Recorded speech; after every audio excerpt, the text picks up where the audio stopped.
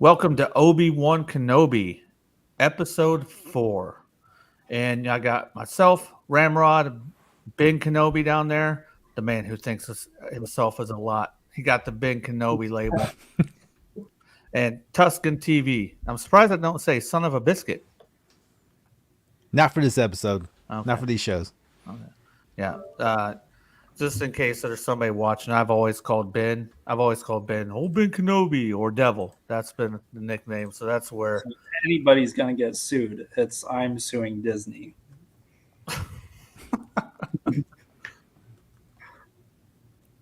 All right, so we left off with the episode with basically Riva capturing Leia.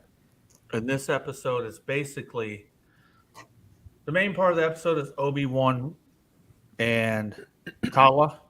Did I get that right? Tala, Tala? Tala or Tala. Yeah, Tala rescuing Leia. So, but the episode starts off with Obi-Wan in the back to tank. So I want some thoughts on that because it seems like Obi-Wan and Vader connect to one another while they're in the back to tank, leading to a flashback scene. So, Ramrod, what did you think about that first part? Well, the flashbacks, I like those, because you would think that's what he would be, if he was dreaming or something, while he was in the back to tank, that's what he'd be mulling over. But also wondering about their budget because their props don't seem very high tech. They seem like they're kind of on a shoestring budget. So just wondering, if they spent all their money on like the actors coming in, and they're being very restricted on what else they can put in there. I saw you react to that, Tusk. What do you got to say to that? I actually think this episode the budget was a little bit better than the last episode. That was my biggest complaint with the last episode. As you could tell, it was definitely plywood and screws and generic stuff put in the walls. But this one was actually better. But was it generic? Yeah, LED lights, nothing really cool. Very simplistic design on the whole surroundings. Yeah, it was almost like they emptied like a hall and just shot it there. You know what I mean? It was just I don't know, like a giant dance hall basically, and Yeah. just shot it there. All right. Well, There's more to be desired visually. yeah. The parts that I was kind of thinking that on specifically were the actual, around the back to tank and the area around it. Now I don't know if that was what they were going for. Just like the place that they're at, they don't have much to work with. Maybe that was what they were going for. So I could be wrong on that. What do you think, Ben? Well, I mean, they could always make it look like if you've ever been to the Disney parks and waited in line for like the Millennium Falcon ride or like Rise of the Resistance, you could always make nothing look better, But whenever I think that first shot where they show him in the back to tank, and there's like a little rail where they could like look up at the back to tank, it almost reminds me of like a '90s toy playset or like a bat cave almost, where there's just a big old empty wall and there's like nothing in there. And yeah, that's how that kind of opening scene went. And I mean, you can't really see that well in there anyways, but what you can see is like, oh yeah, it's not a lot. I did like the scene though. I thought it called back to like Empire Strikes Back and like Luke and Vader like somewhat connected after their confrontation, where they can sense each other a whole lot better. I like that, and I think that's what was going on was Obi-Wan and Vader were kind of on some kind of like little wavelength now that they Yeah. fought each other and faced each other. They're more aware of each other's presence. That's something I noticed too, is the callbacks. There seem to be an awful lot of callbacks, to other things that happened in the original trilogy. So, we'll probably touch on that as we get further along in the episode here. But I'll point those out when we get to them. You'll probably. Ben, you brought up a good point. I mean, I've been to Galaxy's Edge several times, and walking into Rise of Resistance was more impressive than when they walked into that, dude. Like for real.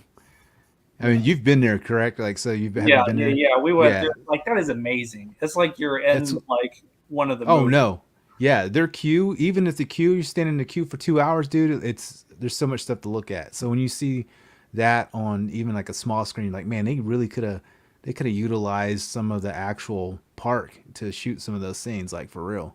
You know, if they wanted to, you know, but yeah, it was just a little bit lacking. But also, you know, in the Death Star too, it's also pretty plain. There's not a whole lot going on there either. Yeah. But Right. Oh, we got to give a shout out to Big Stan Harris. Big Stan Harris is here. What up? what's up, Big Stan?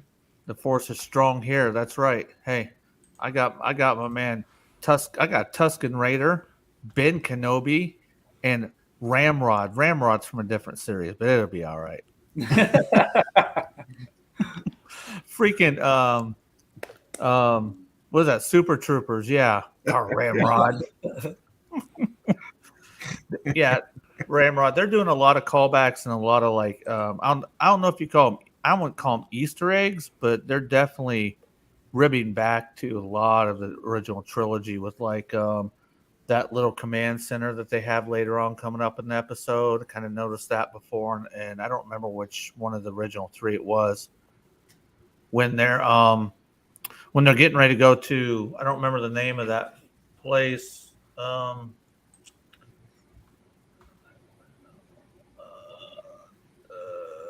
don't remember. I think it's Roken, who's leading the attack. But yeah, I noticed that there's several different things that they've called back to the original shows.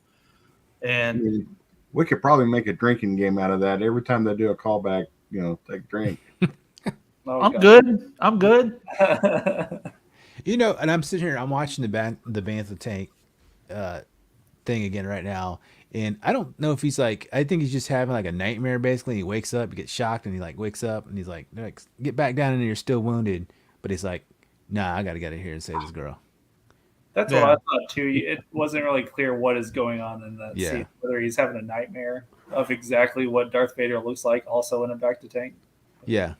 Yeah.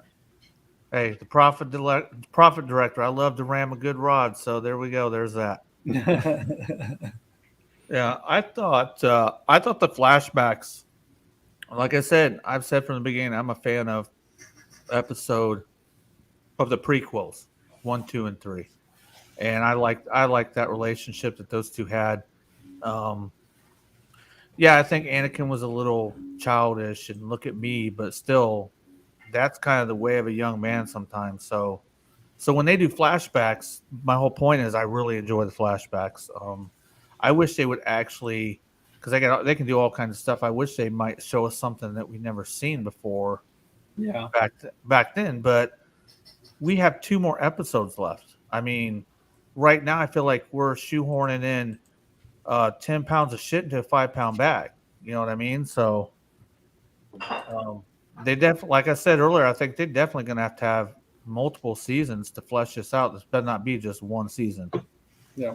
Well, I heard that they're going to have a second season, so There's so much meat and potatoes to be told with the story in this time frame, like there is with every freaking Star Wars series. they're going to have to stick the landing on the last episode here for people to really, you know, be interested in watching the second season. So I hope they do well. If we play a drinking game when every time they relate something to one of the original trilogy, Prof director says you're going to get really drunk, bro. Pack Attack of the Clones. Come on now, good one, Big Stan. Big Stan got freaking promos for days, sons. Promos for days. Okay, so next we cut to Fortress. I don't know how you say that, in Quitaris. It's called Fortress in Quitaris, I think, where Reva is doing her best to extract information from Leia, which I thought was kind of cool. I'm like, you can't read her mind? You're not as strong as they lead you out to believe? Would you guys... Then this is the part, basically this whole episode is about rescuing. So after this, that's Also, take a drink because, you know, rescue Leia. Yeah. from the Empire. So basically, in this next segment with Riva and Leia, what did you guys think regarding that? Go ahead, Ben. Um, I thought it was interesting that. So, I mean, it makes sense to the story, but it kind of doesn't make sense as far as like Riva is absolutely convinced that like Leia knows something in a short amount of time she got kidnapped, like knows about like all these whereabouts and stuff like that. And I mean, she does somewhat. What's her name? The chick that rescues her and Leia back on the previous planet. She mentions where they're going once, but she isn't talking to Leia. Leia's like paying attention to something on the wall, and she just mentions it to Obi-Wan once, the planet that they're going to like get their new IDs and stuff like that. I remember a comment regarding that too. Like you said, I don't remember her getting that much information, but No. Tala, when they were all around making the plans, I swore I remember her mentioning or saying something to the effect that, Leia's got all this information about them. It's like, really? They don't have, she shouldn't have that much. It didn't seem like she had that much. And like, it's almost like Riva turns this into a thing about her in particular when like really the only reason Leia's there is because like they had her kidnapped to get to Obi-Wan. But Yeah. it kind of seems like there's a sudden change of like priorities. Like, And plus, yeah, like she's she's a become little more kid, like, important. how much do you think she knows? Like all of a sudden, Leia's far more important than she was before. She was just bait before, and now, she actually has information or something. And yeah, that whole interrogation did not seem quite right. I mean, one, she just came in there yelling, and just she'd go from trying to convince her, that it would be your best interest to tell me, then yelling and threatening her, when I don't know, she could have done more coercion. You just double down on the coercion, and tried to make her, her friend, or not her, friend, but like, the Jedi are really bad, etc. Yeah. Something like that, some kind of coercion. That's what the Sith are all about. Well, She she should takes be better Leia. at that. Yeah, she takes Leia, and like you got to think that she's taking Leia to basically like bait out Obi-Wan again. But like Right.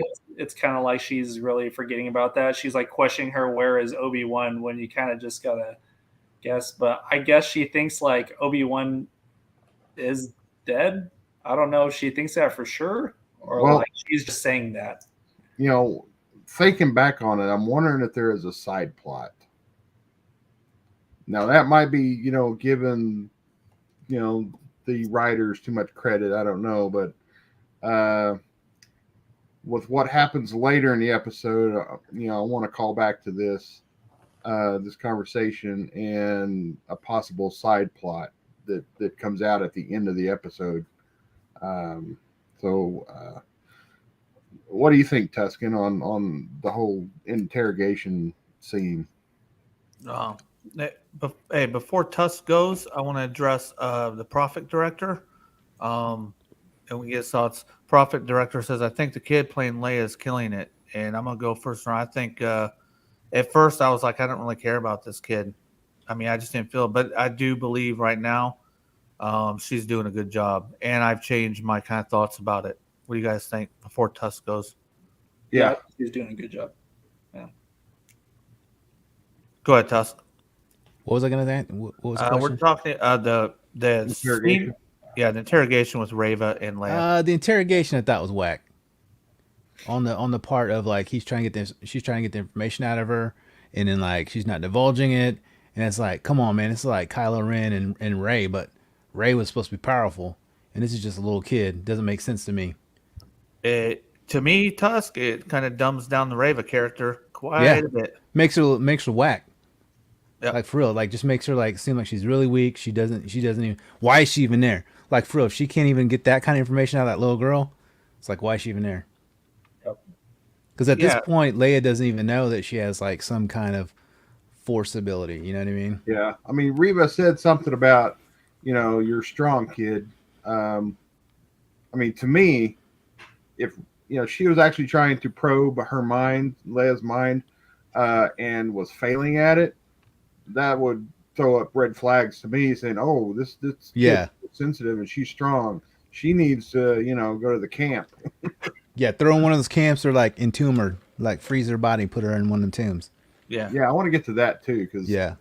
that on initial look did not look like tombs to me. It looked more like an alternate version of the carbonite, Yeah, like a transparent Cairo, carbonite or something. yeah, carbonite or Cairo chambers or something like that. Yeah, there's two big things in this episode, and that's one of them. That the one, if I were to, hey, what do you remember about episode 4? That's one of them, and there's another that I remember. But I did. I was gonna say this though. I did. Oh well. Now we'll get to it. We'll get to it in a little bit. okay, as long as you remember. I'll forget it. We'll remind you. Oh, by the way, I was gonna tell you guys I am listening to another Star Wars type music. I actually got the name last time wrong, and I put it in the comments, and I called it Galaxy Empire, but it's Galactic Empire. I don't know if I corrected myself by the end of it, but it was Galactic Empire. But this time I'm actually listening to Star Wars lo-fi hip hop, and I'm listening to Samuel Kim and Mike. If you guys listen to lo-fi music, and it's pretty good. So just throwing it out there for any Star Wars fans of music. Cool. Shout out to I didn't get a shout out to McDJ ACDC too. So if he's still here, what up, McDJ? See, they're strong on the Force. All right, so I think we covered that. Everybody get their parts in about that, but so we find out that the Inquisitor Fortress is on Nur. So Obi-Wan and Tala head to Nur to rescue Leia. So that's the next part that's coming up. Tala infiltrates, and Obi-Wan Tala infiltrates the headquarters, and Obi-Wan swims down to the lower entrance. Now I have a question, and I thought this: when he swims and he comes up into that other entrance, which is down below, what's the purpose of that fucking entrance? It's a poop chute. Oh, garbage, I guess. Or I mean, if you had a base that was submerged, wouldn't you You want have to purge the water. hatch Yeah. to access the ocean to send out divers or something in case you need to do repairs? Yeah, I was gonna say that's like or a purge tank or something like that, or like Yeah, there's Vacuum multiple tank. reasons why you'd need to access the waters outside the base there. I would think. I will say this on that particular scene when he's down there swimming. I reminded me of episode 1. I was like, he did the thing. He's in the water. He did the thing. Drinking game. And he's using a mouth thing. Yeah, he's been using the Jedi mouth, Yeah. mouth breather. Yeah, Yeah. that's what I was like. I was like, he did the thing. Oh man, one thing I wanted to point out too is they missed an opportunity for a callback. So why didn't Obi-Wan take the stormtroopers outfit? What? Yeah. Oh yeah, Corn. that Right would have been there, too corn. obvious. I'm Ben Kenobi. I'm here to rescue you. You're mighty old for a stormtrooper. Got to get her sass in. So that's so that takes care of. Go ahead. What I were was you gonna say too. I was about that whole part when they're getting in. Okay, she's on her comm talking, in a room full of dudes.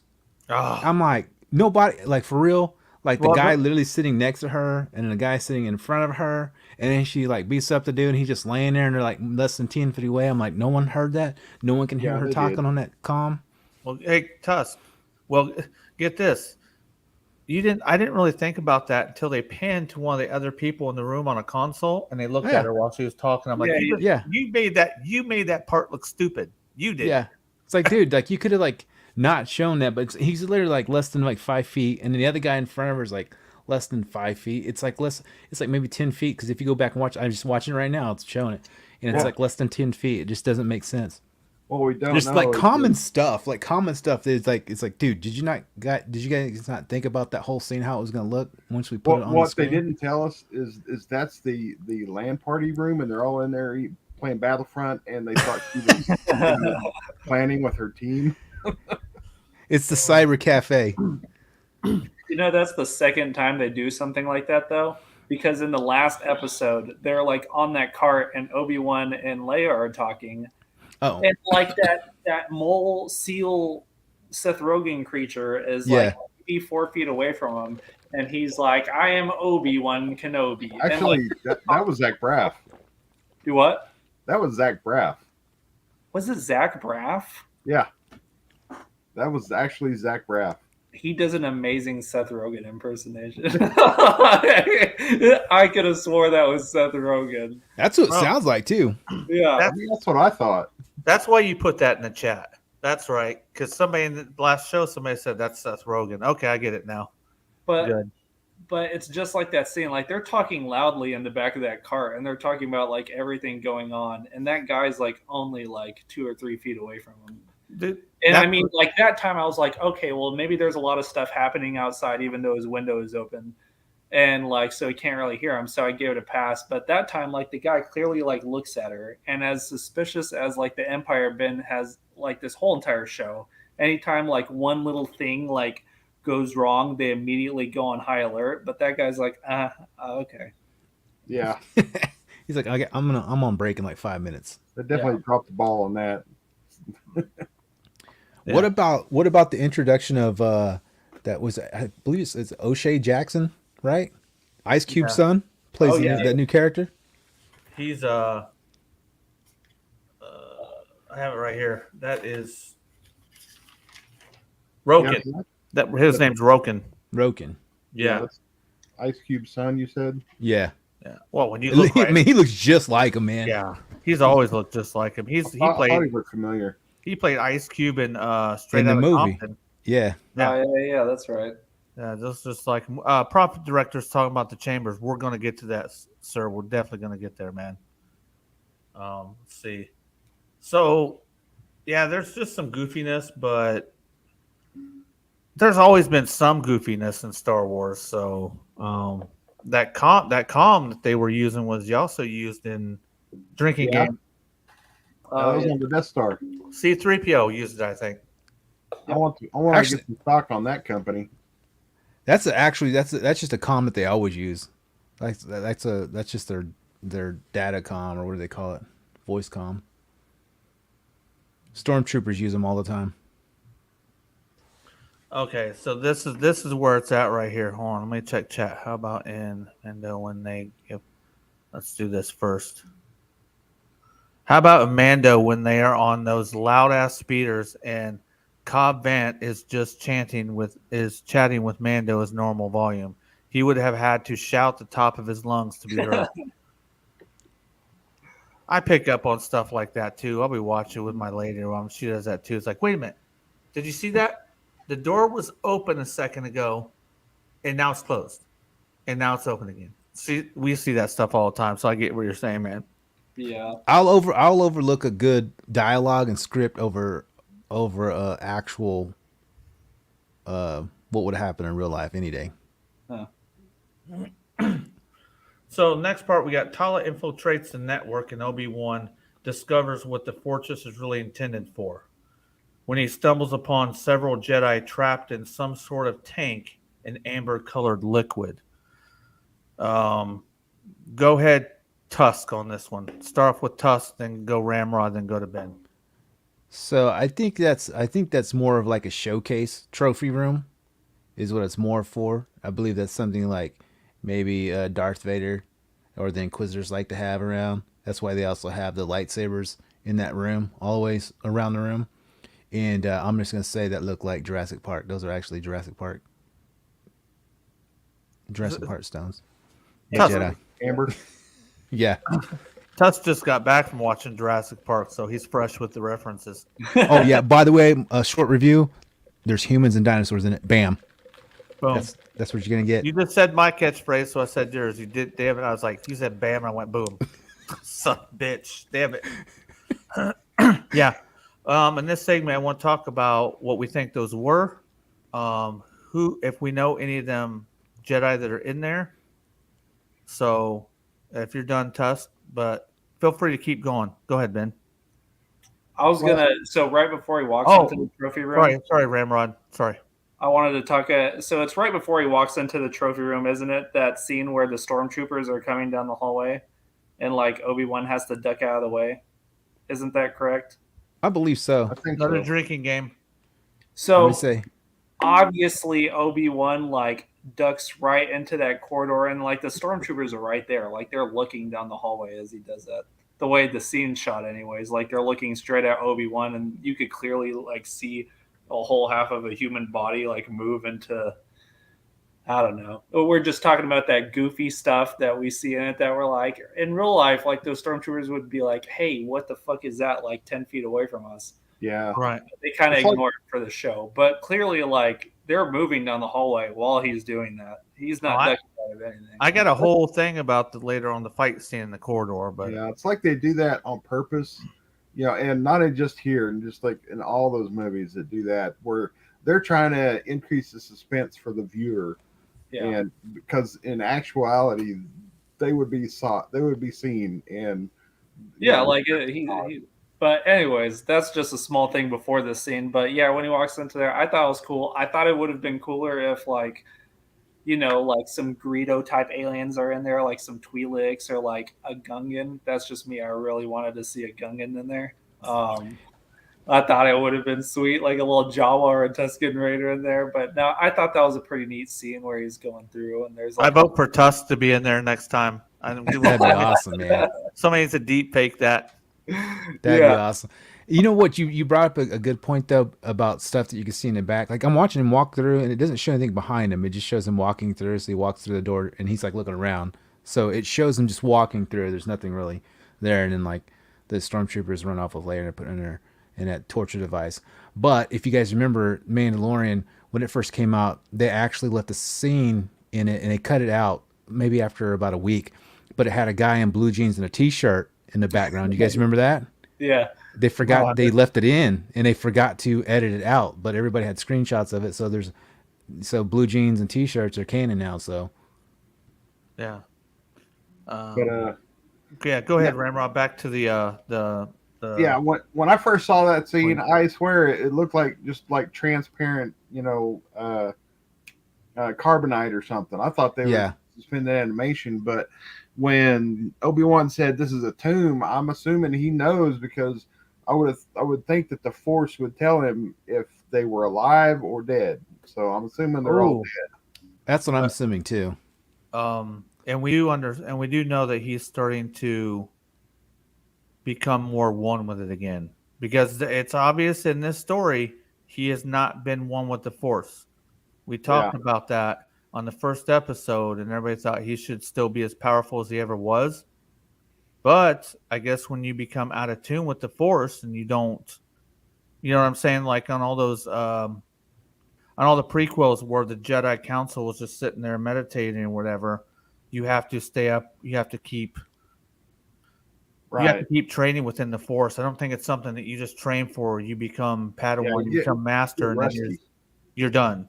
And it looks like he's shaking off the rust. Not there yet, but he's better than he was in the last episode, and then better from there, the episode before that. So he's progressively, getting better.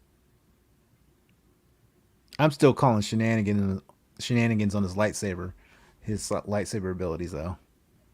What are the go ahead? What are the shenanigans? Oh, I mean, because he was sloppy and awful in the last episode, and this one he's gotten better in what, 2 days? What's up with that? No training. He didn't bust out no lightsaber and train it or nothing. No, I'd have to say that it should require some practice to try to get back into practice, but all of a sudden he's able to deflect the blast now, and he's able to. We're only able to do those things with the lightsaber because we're in tune with the Force. That's shenanigans. Shenanigans. Yeah, I'm not buying it You because wouldn't when be Luke's able to do that without the Force. I don't think. I don't know if you could do it as well. Do we know anybody that's been able to do all that? I mean, Luke Skywalker, New Hope, wasn't in Barely tune. though. He was with that training droid. Remember him getting Yeah, blasted? Well, blindfolded. he got hit more often than he did with the than he blocked it. but he was a newbie. He was a newbie. Yeah, he into was the a Force. noob. Exactly. So, I being was a gonna noob say- is different than just being rusty. yeah. I think so. And Shenanigans. I'm willing to say that there was a little bit of practice off screen. I'm usually willing to fit in some stuff off screen that we didn't need to see on screen. We didn't really need to see a training montage for Obi-Wan. So I need to see it. Having it. I need to see old man do his training, get up and do his like stretches in the morning because he's so old in these episodes. He needs to work out. I You know he's gonna blow his back out. And Obi-Wan out there slashing boulders. Yeah, he's got. I mean, he's gonna throw a hip, so he's got to get out there and do some exercise, something. Zip it, Get old some- man Rivers, or I'll break your hip. Exactly. So one more question about those tombs. What's the deal with the kid? You saw the kid with the funky helmet. Yeah. I mean, So that's obviously Padawan, From the and temple. it's like from a temple. So it's like, is that I'm gonna go back and watch that first one and see if it was one that was shown on the very first episode. yeah, I You was guys wondering if it was remember? one of them. And I'm wondering, okay, did they really start this trophy room? Right then. Like after the order, like- went out. Yeah. Somebody thought, oh, hey, let's make a trophy. I want to grab one of these kids and stick him in a block of amber. I mean, because realistically, it would have to happen then, right? Because they would have Yeah. had to be in training because that's when they had those actual helmets that on. outfit and the helmet. Yeah. I'm assuming nobody took those out of there because that's not really a. So maybe it's not a tomb. Maybe it's not a tomb then. Maybe it's something else because that's a good point, Ramrod. Why a kid? I mean, if you think about all the Jedi that were killed during that time when that kid was killed, all right, like Plo Koon or whatever it was, seems to me like it'd be a bigger trophy, or there was so much other, Jedi that would be bigger trophies than that. So I'm wondering if there's a different end game to it. Yeah.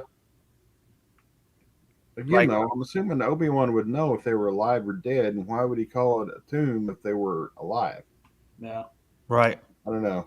Saving it for the Empire. I mean, for the Emperor, for clones. But maybe they're still dead, but maybe they're doing experiments on them or need them from experiments Yeah. for They'll probably.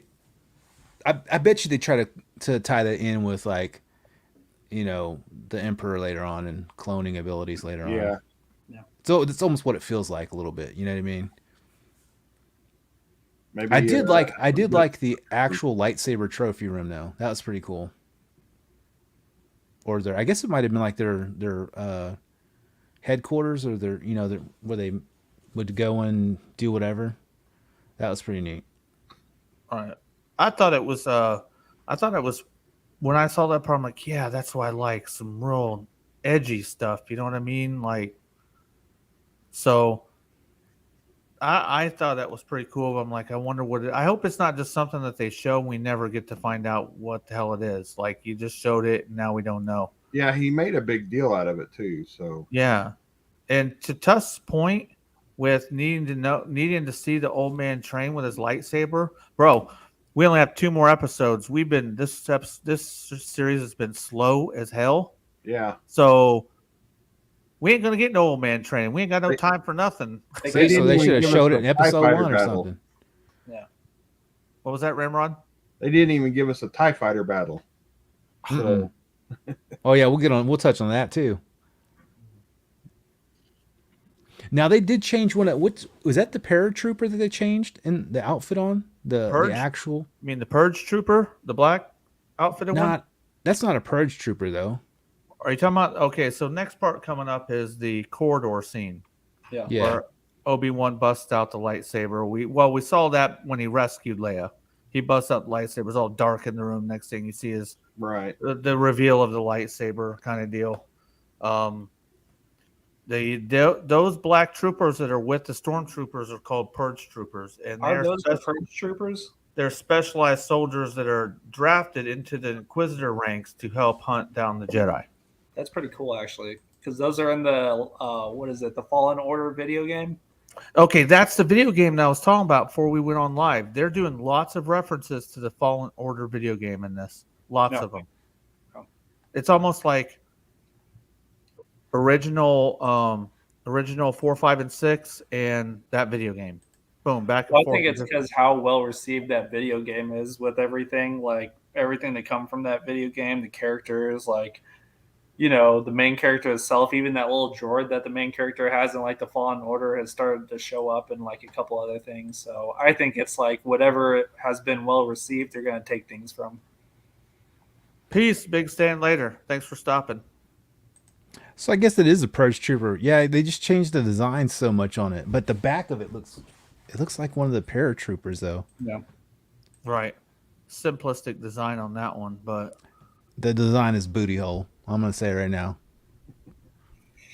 okay. I'm not a fan. And with booty hole being said, let's okay, so now I want to talk about the next part, which is the fight scene in the corridor. Yeah. Go ahead, Ramrod. Talking about the scene where the window cracked.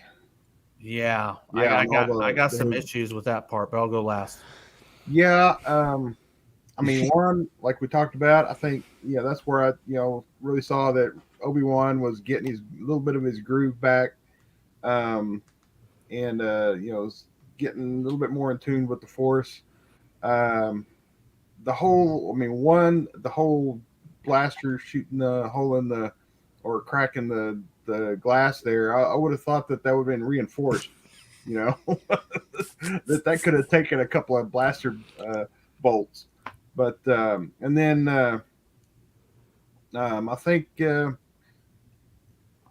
old Obi-Wan would have had no problem holding that water back or the glass, but this one was barely keeping it back, and that does show, like we've talked about, how he's out of practice, and it's slowly coming back to him. I agree, Prof. Director. Yeah, so it is still canon. So, other than that, it might be similar to other scenes we've had, but not. I don't think there's a direct tie. Not that I can think of. We moved from going through the series and thinking what we like and what we don't like to. What tie did it have? What tie did it have to that? Go ahead, Cuss. Okay, that scene right there, I have problems with that too.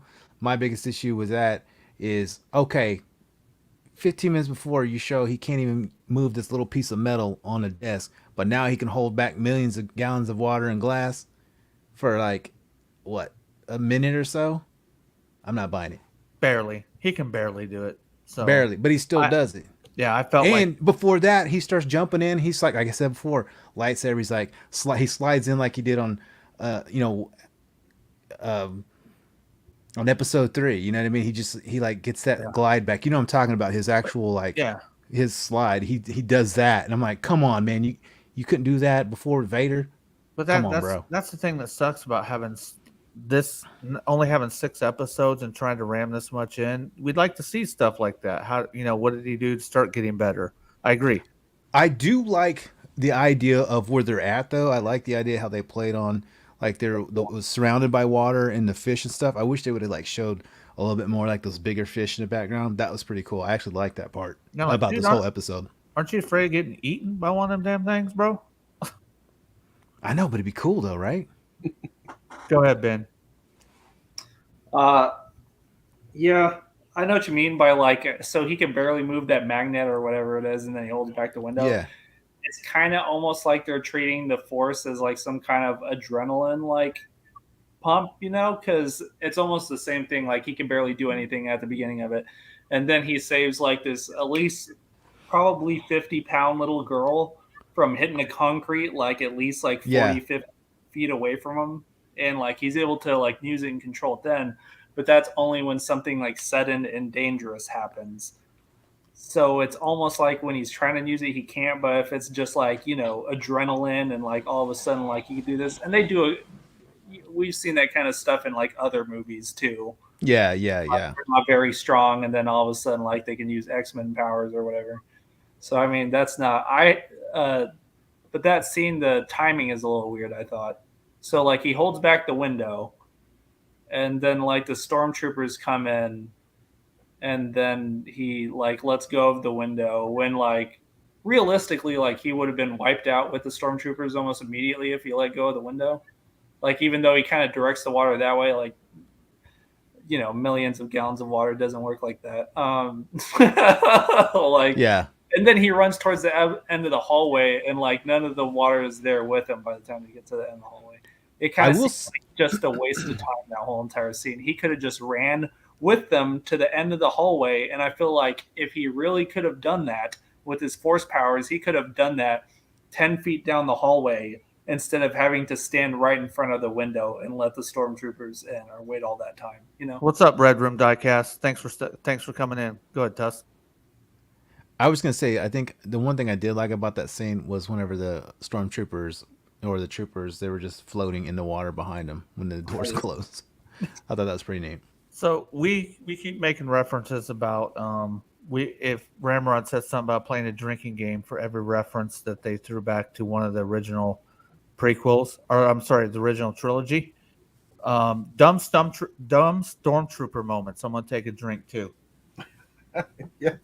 Because okay, you son bitch, you're in there shooting in the corridor, right? And they're shooting at a Jedi, and that's the whole deal. He's deflecting it. You don't fucking stop and think, hey, like even the freaking the purge troopers, I'm like, dude, pipe down. You're gonna bust the fucking glass, dude. Yeah, Stop. I wouldn't want them to know. Like the glass is like, okay, this glass will explode if we shoot it from inside.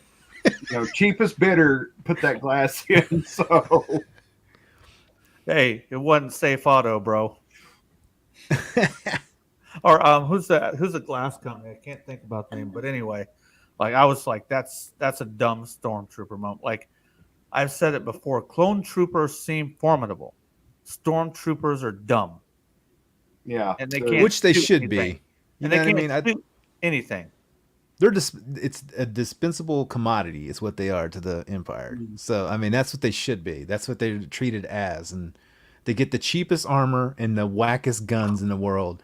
It's proven. I mean, even in like the Star Wars books, like their armor is so light you can obviously the Ewoks can kill them with rocks, and then they can't shoot anything because they can't really see, and then also their weapons aren't as powerful. They're really not. So like they shoot stuff all the time. It takes like multiple hits for them to kill anybody.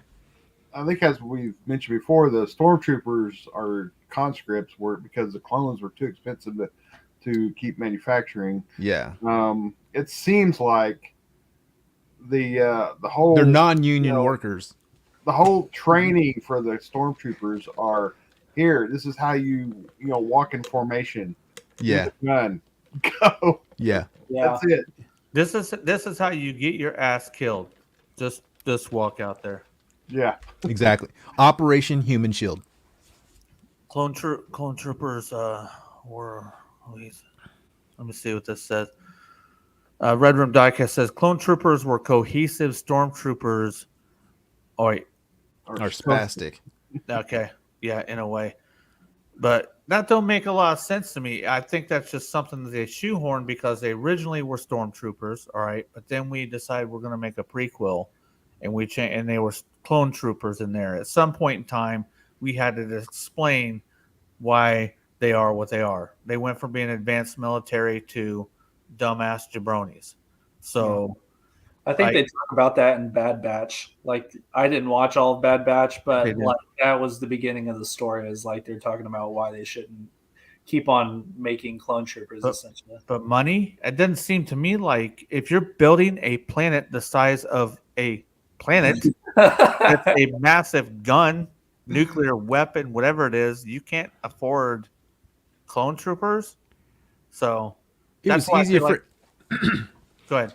I was just saying that it was easier for them to force people to join than it is to make. You know what I mean? You know what I mean? So they just chose to force people to die.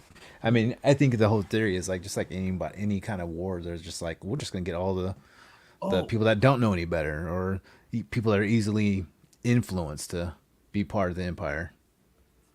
The that's a good point. We didn't really touch on it on the very, I think it was episode 2 when they saw when they saw the clone trooper like just basically down and out. I do you feel like if the Empire would just stay with the clone troopers, they'd be doing a lot better in the end than they end up being? Because that was a formidable military unit. Yeah, they were trained. Yeah, now it's just they're like putting their baskets in these specialized units, but the main ranks they give two shits about. Yeah. Yeah. So I'd like to get a little more story on the that clone trooper and where they're going with that. So obviously we're not going to get that in 2 episodes, but next we pan to the scene in the where they got Leia and they're smuggling her out. Okay, I'm gonna go last. Go ahead, Ben. Go ahead, Ben and Tusk. Oh, when they're smuggling out Leia? Jesus Christ. Thanks for the laughs. Yeah, he has that dress on top of Leia or whatever that is, that like meat deli whatever apron thing, and he's like covering up. Like, is nobody seeing that? Is no one seeing this guy with the beard walk through? Like, yeah, and it shows him, and he sticks out like a sore thumb. Like, oh my god, that guy doesn't look like he belongs there. Like, it looks like a homeless man put on an imperial outfit, and he, Leia's like right there by his side. It's like right there, and he's just covering her up, and they're just looking all kinds of suspicious. Yeah, he's wearing like the gray outer coat, and like you can see his robe and his boots and his ties, and it's just walking out. He looks Don't be suspicious. Yeah. Don't be suspicious. That must have been like the lunch break area where they just do not give a crap about anything happening around them. We're on a burning car. Yeah, it's supposed to be like, okay, the alarms are going off. Everybody's like not focused on, but the alarm's going off to be able to is basically like you got people in here that are like attacking inside and trying to escape, but no one's like watching that front door as it coming out. It's like, come on, there's only one entrance to this place that's up here, unless it's underneath the water. So it's like no one's watching them come out. Yeah, Red Room Diecast does make a good point to what we were talking about. Yeah, but after Order 66, the troopers were broken. Go ahead, Tusk. But yeah, I mean, no, that's what I was just saying. It's like, yeah, they have one way to get out, to get onto a ship, and no one's actually like watching and saying, hey, watch the doors. And they just come, doop. Hey, that person's got 4 legs. Oh, let him go through. You know what I mean? Got a big hump on his butt. Yeah. I mean, but yeah, there's so many ways they could have done that better. I mean, to hide her inside of a, trolley cart or something, or put her in, cuffs and him in a stormtrooper outfit and march her out like you're, taking her somewhere. That would have all been more plausible than what happened. Who's running this show, man? Come on, man. Like, yeah, there's 1,000 different things they could have done differently on that deal. Including, like you said, I think you guys were talking about before, it's like that whole scene. It's like when it happens, it's like, where's the TIE patrol? Where's anybody telling anybody who's coming in and out? Like, yeah, telling me no one's got a radar in that whole place, and like it's not watching outer space or incoming anything. Like, you can't tell. Don't even try to tell me they just came out of hyperspace in there and they couldn't be seen, because we all know they have a tracker. They've been saying they've been testing it for the longest time, but this might be before the tracker. But I don't want to hear it. Don't hyperspace me on this one. No way. Yeah, that is. I don't even think those ships are capable of hyperspace, and even the bigger ship. Oh yeah, I hate the idea that they instituted in the Rise of Skywalker where you could or actually Force Awakens where you could hyperspace into an atmosphere. Yeah, or into and out of an atmosphere. Because that's a gravity well. Everything else that we've read or seen so far says that a gravity well will pull something out of hyperspace and not allow you to take off into hyperspace if you're too close. Which is why they have to use the catapult ring, on the outer rings of like of the atmosphere in the other movies. Like, most vehicles cannot go into hyperspace without one. Okay, Yeah. so we've jumped to the snow speeders. Okay, you guys went there, and that's what we're talking about now. In case people don't know what we jumped to, Red Room Diecast says, "Remember, there's no source material. If you're talking about this Obi-Wan stretch, there are comics they have done that discuss this. So there is some, and the video game. I keep forgetting the name of the video game. What has it been? Fallen Order. Fallen Order. There's source material there, so there is some, but not any like television or You mean media. there's real source material for this? Somebody needs to tell Lucasfilms. Yeah. Someone get George Lucas on the phone. Right. Someone get John Favreau on the phone. So who? Okay, yeah, we're talking about the snow speeders at the end when they come in and rescue them. And I was going to say this at the beginning when they first get there, Tala comes in and they give her the third degree. But like one of y'all said, they just come up out of the corridor and they're just strutting along like nobody's business. So it's like, I get you, but Easier to get out than in. I mean, that doesn't seem right. hey, it's easier to get out than in. Sometimes that's a thing, bro.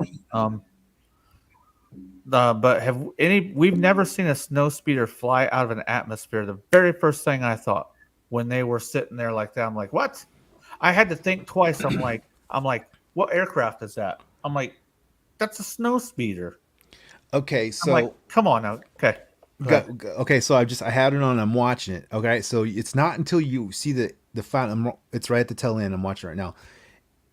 The actual craft is like I'm just gonna call it a cargo ship, right?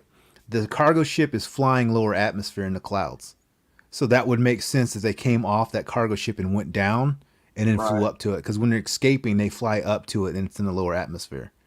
So that would make sense if they use that like a snow speeder to come out of low atmosphere and then down.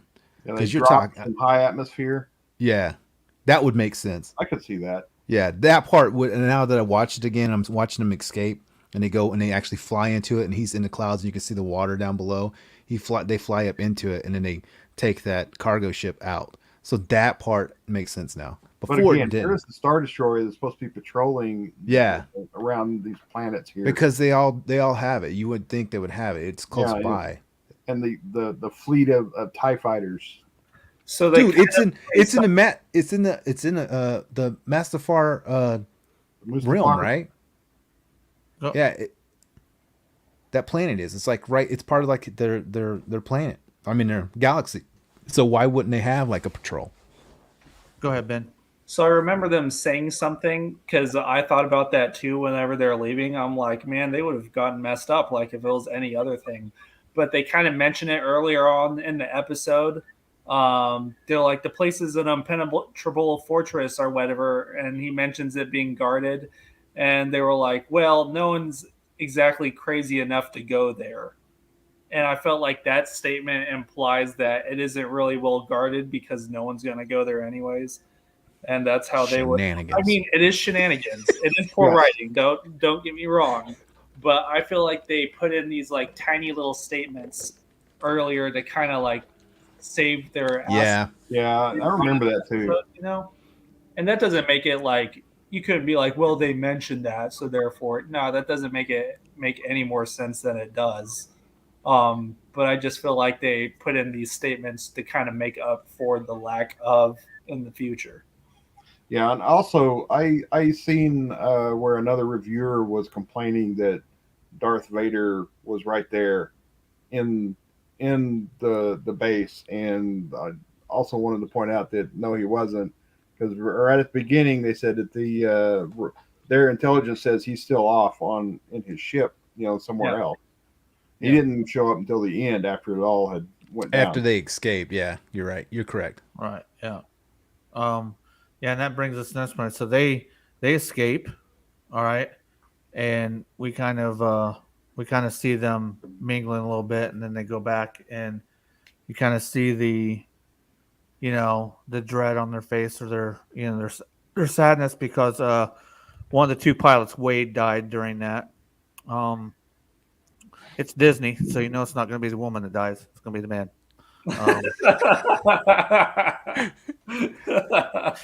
You're wrong for that. But no, you are correct. Had to do it. So unless she's like identified as a hero. If she dies as a hero, it's totally different. Wait a minute. Before I go on, I have something I want to address. When Tala goes in and she's trying to infiltrate the base, and they stop her, and she's like, "Look, I'm your commanding officer." And that's the guy that wants to stop her. The guy says, "Okay, sir." He keeps referring to her as sir. Did that not catch you guys weird? Am I not missing something with that? Like in the military, that's the way they do, right? With women too? Yeah. I think she might even say, like, "Call me sir" or something like that. I mean, I could be don't- wrong. I don't remember seeing that. I just heard, and I'm like, why you keep I calling think her it's the sir? proper way to address an officer, whether they're male or female. Yeah, haven't been in the military, but I assume that's the way it is. Oh, wish Curtis Schultz was here. He used to be in the military. He'd know. But I thought that was very strange. So, You're so gonna make after, me go back and watch it again. yeah. So after they escape, and they kind of show them, then they go back to Vader, and I'm like, gonna kick Rava's ass, and I'm like, yes, just do it, just do it. Go ahead. That part with Vader and Rava. What do you think, Ben? He was pretty lenient, ain't he? Like he's mad as hell one second, and then it reminded me of A New Hope, obviously when he's choking the dude out. Except that guy dies brutally, and this one she starts, which of course she's muttering something. Every person Vader has ever choked out is muttering something, and it's usually nonsense as they're dying and gurgling. But he actually hears her out, which surprised me because I figured he would have destroyed her. Right, Ben. He was ruthless. That's how he is. He's ruthless. Well, he didn't want to come off as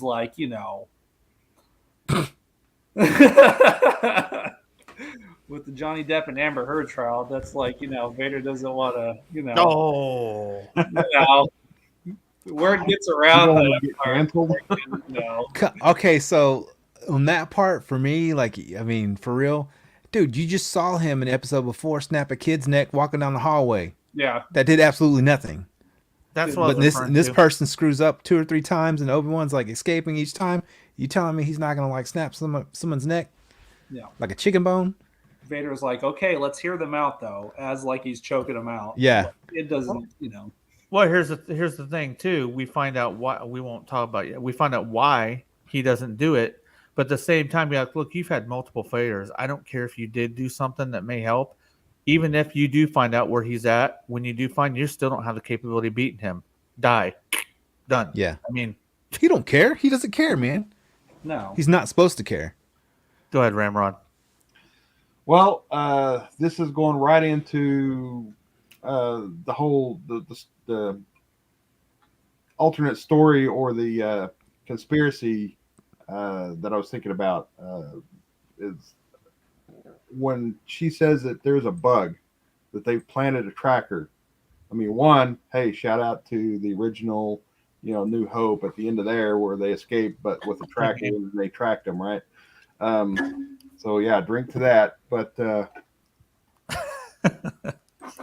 makes me think. Did she really think that somebody was going to come and rescue her?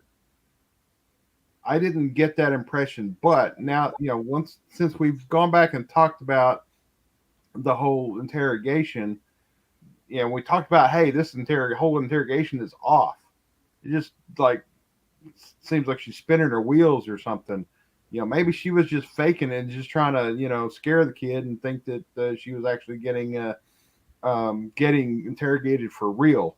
And the whole time she was planting the tracker in her little droid and was planning for them to come in and rescue Leia. That seems a little far-fetched. That I think that's giving the writers a little too much credit. But I'm wondering if that is in fact what they were trying to do. That was all planned, just so that they could put the tracker on there. And to me, if that was planned, she was stupid enough to keep it under her own hat and not tell anybody, because obviously Vader didn't know. So yeah, that's, I don't know, something to think about. But It does seem kind of stupid now because your mind game didn't work with her. All right, then you're going to put her in the chair. I fully expected her to execute that plan, But so she herself thinks she's weak. While you're in here, I think you might get away. So I'm going to plant this in your toy, in your droid. Yeah. Like, you get what I'm saying? When they spun it that way, I felt like, what? When you were in that room, you just decided to put a tracker because you thought, like, I'd have been confident, like, look, you ain't leaving. You know what I mean? Like, but so she even doubts herself to me. Go ahead. Whoever's next, go ahead. Hey, I was gonna say, back to the part where she was talking about the commanding officer. You guys were talking about that one. Whenever he's like, she's trying to get inside, right? So she's trying to get inside of it. She actually says, "Then this is what her words are." She goes, "Then I'm your commanding officer. You will address me as sir." Okay. So Yeah, so Prophet yeah. Director has said that sir is for rank, not gender as well. So my yeah, bad.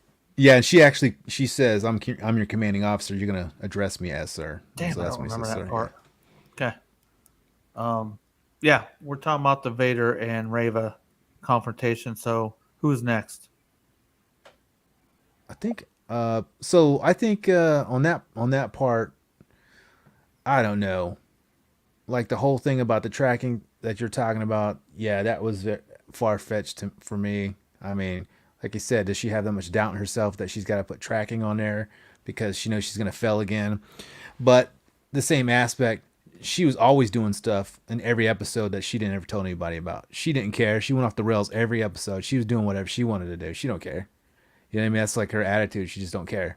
I'm gonna do whatever I want to do, Yeah. and so she put the tracking on without telling anybody because that's just her mo. You know what I mean? She's like that's what she does on every episode. That's why she keeps messing up because she doesn't involve anybody. You know what I mean? That's her track record.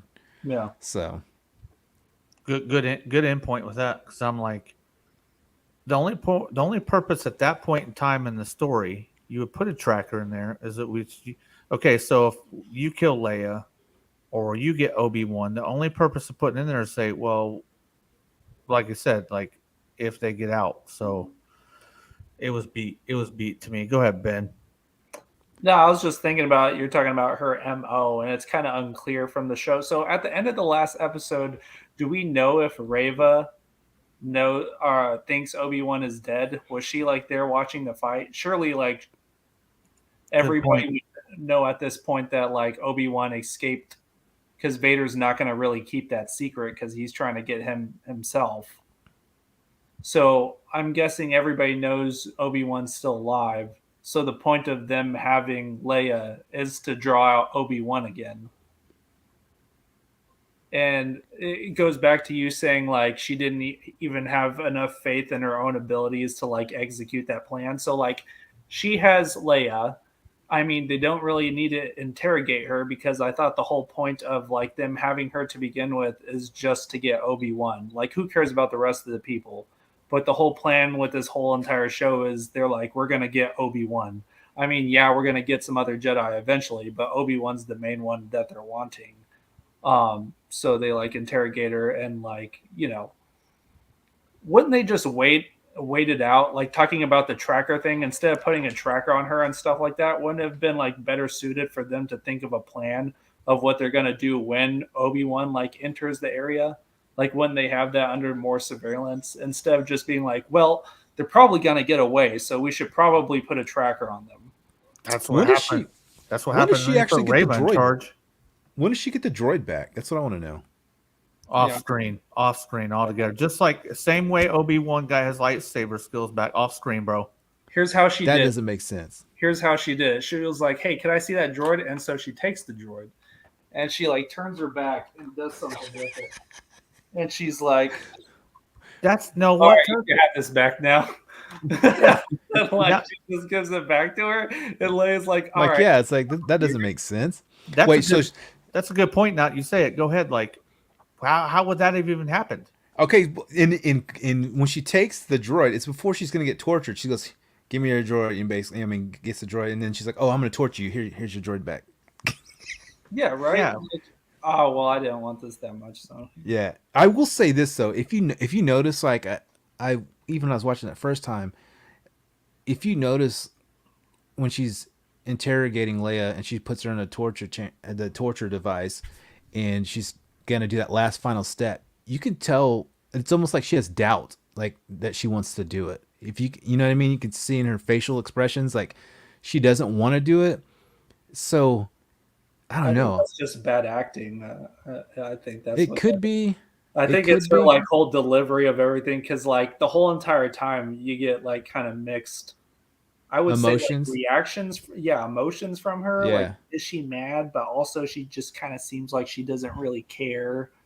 But at the same time, she's telling you that she really does care.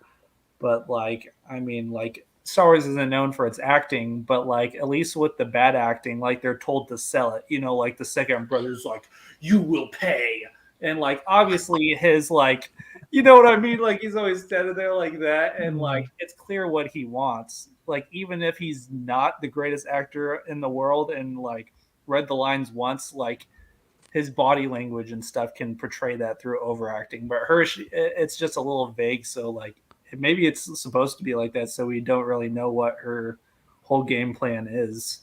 Which is kind of leading me back to what I said on the last one. Is like I think she's gonna turn good. I think they chose an actor that was like in between for that reason. Shouldn't Vader be sensing that there's good in here though?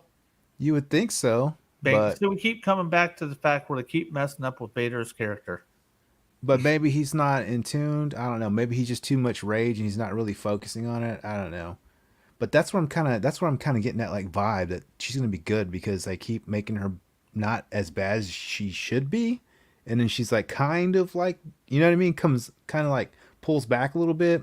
Like I said, maybe it's just bad acting, but maybe they chose her because of that. You know what I mean? Maybe.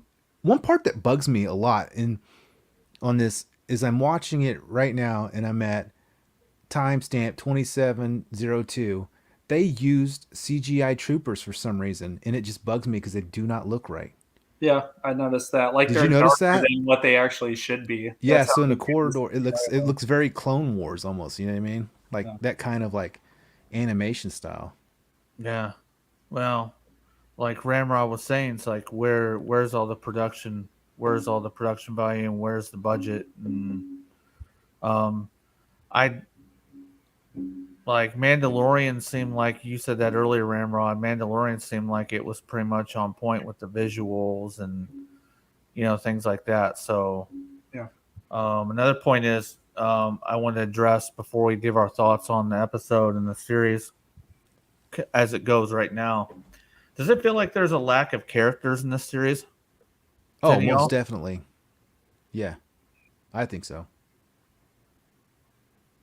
Or characters with grit, I would say. Any kind of like actors that aren't already known, they don't introduce you to any newer characters that are like have any like that have any I don't know, just not just It's, I don't it's know. hard to put your finger Yeah, on. it's just Exactly. like Yeah, they just don't have that stay power. You know what I mean? I mean, doesn't of help course that you they have only O'Shea have 6 Jackson comes episodes. in. What's that? It doesn't help that they only have 6 episodes. Yeah, so they can't really introduce a lot of characters. But with Jackson coming in, like he's a good actor. But When he jumps when he's on the screen, it's like, oh, dude, he's a good actor. You know what I mean? I think some of the side characters are better actors than some of our leads. To be Yeah, honest with you, Sala I thought was pretty good. yeah, she's pretty good too. yeah, she wasn't bad. The girl that plays Leia, she's grown on me too. I actually thought she's decent in the first two, but this one I thought she's really good. Yep. I thought that's my exact thoughts on her as well. Um, I just don't know what we're doing with 6 episodes, man. There's a lot to establish here, and I feel like a mission is a little bit early. Shouldn't we kind of be establishing Obi-Wan? I don't know. Hey, but it's not my job. Um, Yeah. Maybe everything. Like I said, this is new for me. I usually wait till everything's done and I watch. So, Yep. this will be a learning experience for me. That's just always how I watch things. So I don't watch trailers. I don't watch reviews on stuff I want to watch. So this will be interesting to see how it all plays out. But I'm ready to see my Obi-Wan start kicking some ass. And Vader, who doesn't want to see Vader? Who doesn't want to see Qui-Gon Jinn, bro? Yeah, I'm wondering when they're going to have Qui-Gon the Force Ghost pop in. Like Qui-Gon's the man, bro. Yeah. He only sends text messages now. He doesn't actually show up anymore. Force messages. Yeah, SMS that fool. Yeah. All right, so that's all I got. So we're gonna start with Ramrod and go and end with Ben. What do you guys think about this episode and the series so far? I think the story is a little weak so far. I was hoping it would, strengthen up, but we're just seeing a little, a lot of too much of, near misses. That they have the capability, they have the potential, but it's not hitting the mark. Although I'm still interested, I'm still invested. I want to see what happens next. I want to, see the rest of the series, see how it turns out, see how if they stick the landing or not. But I just keep wondering: did they give all the budget to the returning actors, or because the rest of it doesn't seem like they've been doing very much. I would have liked to have seen a TIE fighter battle at the end there, and during this escape. That would have been awesome. Who doesn't love a good TIE fighter battle? Come on, man. Right. We could have really, taken a couple of drinks to that in honor of the escape in A New Hope. So, yeah, you know what? You do bring up a valid point, and to touch on their budget wise, this episode in particular, they use 501st people. 501st people they're not paying for the costumes. These are people who actually own their own costumes. And so they're on screen. I think they use like 20 or 22 different troopers to do this. So these aren't owned by Lucasfilm or Disney. These are people that they got from local 501st to be in the film to do it. So, and including like most of their actual wardrobe, like the actual officers, all those guys already have their stuff. So their budget isn't for any of the costumes really. You know what I mean? So that's a huge benefit for them. And those guys are getting paid a flat rate. I mean, there's a flat rate for a day, for the day of shoots there. So you can't tell me that like a lot of it's used on the actual props and everything else like that. Main acting, yeah, probably. But yeah, you're absolutely right, man. It's like the budgets. It's just kind of where they spend all that money at. But for me on this whole thing, someone said maybe, and I brought up last time, they're like, maybe you're expecting a whole lot from the show because you're into Star Wars and everything else like that. I'll be honest with you. If this was a normal show that I would watch, I'd been done with the second episode. I would not continue watching it. You know what I mean? The only reason I'm watching it is because it's Kenobi's story, and I want to see what plays out. If it was anything else, I would have stopped watching it after like maybe the first half of the episode, very first one. You know what I mean? Yeah, and I think if they keep resting on those laurels, like what you're talking about, they'll lose people. That's not going to be able to happen for the whole deal. And I think that's my biggest thing. The only reason I'm actually watching it is because I want to see how the story plays out, and it is Kenobi's story. Like I said, if this was another Disney show or if it was any show, I would have quit watching it because it's just some of the stuff that's going on, the characters. One show I used to love, Walking Dead, and I watched that show all the way up until they brought in Negan. And I hate the Negan actor. I don't think he's a good Negan, and I quit watching it. I was like, dude, he's awful looking Negan on the actual screen. And I quit watching it. But I love that storyline. But I just quit watching it. And then that's how I feel about this, man. It's like almost to the point that if it doesn't do something, I'm just done with it. You know what I mean? If it doesn't do something, you'll be done with season 1 because it's that short. Yeah, I mean, it's gonna go here, but like, will I watch season 2? Who knows? Maybe not. I mean, if we do the show, I'll watch it. But you know what I mean? So I don't know. Like you said, it is slow. It's slow. It's definitely slow. And it feels like a lot of this episode was the best episode, I think, by far. To me, it was. It didn't look really cheesy on a lot of the effects, and the cinematography was pretty decent on this one, and the only thing that was kind of wonky was the sets, but of course, Empire, it's all pretty plain, black and white and gray and stuff like that. So, I don't know. I'm in for the ride right now. It's not meeting my expectations, no, but I'll watch it because it's Kenobi. Go ahead, Ben. You're talking about cinematography. You said it looked fine. Go back and watch that scene where Obi-Wan rescues Leia from the chair. And Oh just yeah, that's pretty. Yeah, focused on the cameraman. It's like the cameraman was like an RC car, and they taped it to yeah. the top of it, and it just like, it, you It know, was it's it was kinda a droid. It was a droid at the end, Ben, that caught fire. Psst, that was the Yeah. camera. it was him. It had to be him because like it's kind of rough with their camera That's what angle. I'm saying. Even with that, this is probably the better than the last few ones. You know what Yeah, I mean? I know it's, but I would say like what I think about the show so far. So I saw it's getting bad reviews, and some people are saying that like Star Wars fans just want to bash anything new that's Star Wars related that's coming out, and I think it's the complete opposite. Like I think people are actually giving the show a benefit of the doubt. It could be because it's Obi-Wan and like all these original actors are returning, and like a lot of people are care to see where the story goes, but I don't think Mhm. it's like delivering. And like you said with the characters, like not only main characters, but I don't think there's like any wow factor for even background characters. I mean, the best background character so far was Zach Braff, and like that's just like one scene. And that's the whole thing with Star Wars is these guys aren't main characters in the thing, but you walk into the cantina and it's like full of neat stuff, and you're like curious. And I don't feel like there's a lot of that in the show. Mhm. A lot of simple things that I think they've nailed with other Star Wars things. And it doesn't have to be a replica of like that kind of stuff, but like just putting neat things in there. And again, that goes back to budget. And I feel like the show's just kind of cheap. Like they can't afford like makeup, and they can't afford like guys in like cool suits and stuff like that.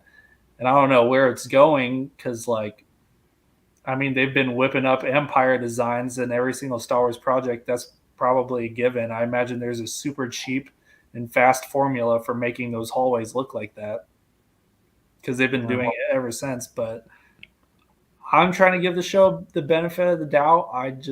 It's slow, and there seems to like we like the show, but we talk about like all the like little goofy parts and stuff like that in it, and the goofy parts and stuff that doesn't make a lot of sense are getting more and more frequent. And I think that this goes back to, I don't know if you guys saw like a couple days ago where they were talking about the writer and producer Joby Harold. I guess he revealed in some kind of interview, and I don't know if this is true, I'm just reading what it said, and then it also lists the interview that like whenever he pitched the show Obi-Wan and the whole idea of the show, he was unaware from Revenge of the Sith that Obi-Wan actually knew who Darth Vader was. Like he I didn't heard know. the same thing, dude. Yeah. That's He that is pitching the show about Obi-Wan's future doesn't know the latest piece of Obi-Wan lore to ever exist. that's because he was found through an algorithm and hired. I guess like I looked up what he was a writer for and producer, and I was like, maybe he's like and it's like, I mean, there's some good stuff, but like you gotta know the get, like, story. you can't just get anybody in here that like has some titles under their belt. And like that's where they scored with like Jon Favreau and Dave Filoni, because those are Star Wars guys, and that is why the Mandalorian is good, despite him being like a random one-off character. You tell me people like this guy they've never heard of more than like Obi-Wan Kenobi. There's a reason why. It's because they like treat it with class. But I guess like this guy didn't even know about Revenge of the Sith. I think that's kind of weird. And I think that happens in more. I think that happens in quite a bit of things nowadays. yeah, it does. It does. You just get like people in here, and then like you get new fans in there, but you got to remember like it's like they don't really want to acknowledge that the fan base is as big as it is, and is as big of a supporting like part of it as it actually is. Yeah. And to do simple things, I think like you hit it on the head, man, when you said like they're not showing enough outer world creatures and like stuff like that. Mandalorian, right off the bat, first 15 minutes, boom, the guy he's going out for the bounty is like a fish looking dude, with gills on the side of his neck, and you see the sea creature jump out in like 15 minutes after that maybe and grab his ship. You get these different creatures that you've never seen before, and it's like right off the bat. This, you get like murky water and you see like some creatures floating around and back creature, and then like Nothing. I've been like looking around to see if we see any like aliens from like Yeah. the Greedo species or like anything like that. Maybe you a don't see any Wookiee of or it. two like walking around. You don't see any of that stuff. The only time we saw a creature on this one, they're freaking in the ember, No. crystallized. You know what I mean? There's no movement. So it's just small stuff like that that makes like a Star Wars thing feel more like a Star Wars thing. Mm-hmm.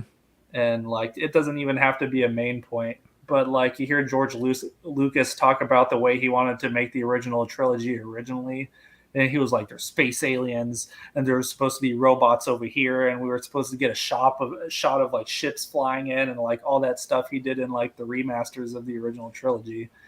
And you're like, "Oh, I feel like they should take some like creative notes from that and just add a little more stuff in to make it." Because again, that's also what makes the Mandalorian seem more movie-like than a show. Yeah, the only time we get a glimpse of that is whenever they kind of do that throwback to the George Lucas idea of the city when they at the starting of the series where he goes and who's that? They meet the guy that's the fake Jedi. So in that little city area, you kind of get a glimpse of like, because if it almost looks like almost some of those shots look like shot for some of that. I guess it was for Fox. George Lucas had that short. You can find it on YouTube. It's like maybe 5 minutes long, but it's a little series that he proposed, and you can find it on YouTube, and it looks similar to it. Like it's almost one shot looks like it's actually just taken right off that reel. So I mean, it's the only time you get an opportunity to kind of see that. All right. So my thoughts are this episode was better until we talked about it and we dissected it all. I'm like, oh no. It was the best episode, but there's some work to be done. So far, it's been slow. I don't think this one episode saves it, but fix Vader. And that's going to be it for tonight. Catch us next week for episode 5. And if y'all got anything else to say, we're going to go and get out of here. I'm going to drop a little knowledge real quick. If you guys go see the Jurassic Dominion, you need to watch a video on YouTube. It's called Battle at Big Rock. It was shot 2 years ago. It was a short film for Jurassic Park. It was supposed to be a segue that leads into the movie. Watch that before you go see it. It'll tie it in. So just letting you know. Okay. Cool. All right. With that being said, where my Jar Jar